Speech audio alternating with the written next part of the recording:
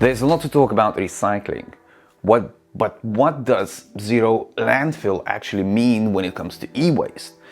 Today I'll walk you through how we handle electronic waste in a way that keeps as much as possible out of landfills and why that really matters. So when we say zero landfill, we are not claiming every part is recycled, which would not be realistic. What we are saying is nothing goes in general waste bin. Every component, casing, cable or battery is either reused, processed or sent to a certified downstream partner. When a device arrives, we assess whether any parts are still working, things like RAM, SSDs, maybe even screens.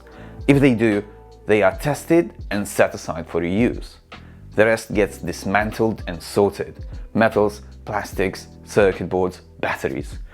Hazardous materials are flagged and handled separately. Functional parts stay in circulation longer, which actually reduces demand for new production.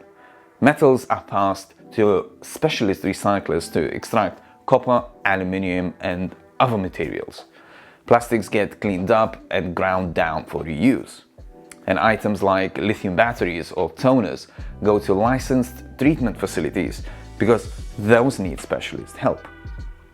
Doing it this way keeps toxic materials out of landfills, reduces pressure on mining and manufacturing, and it supports sustainability.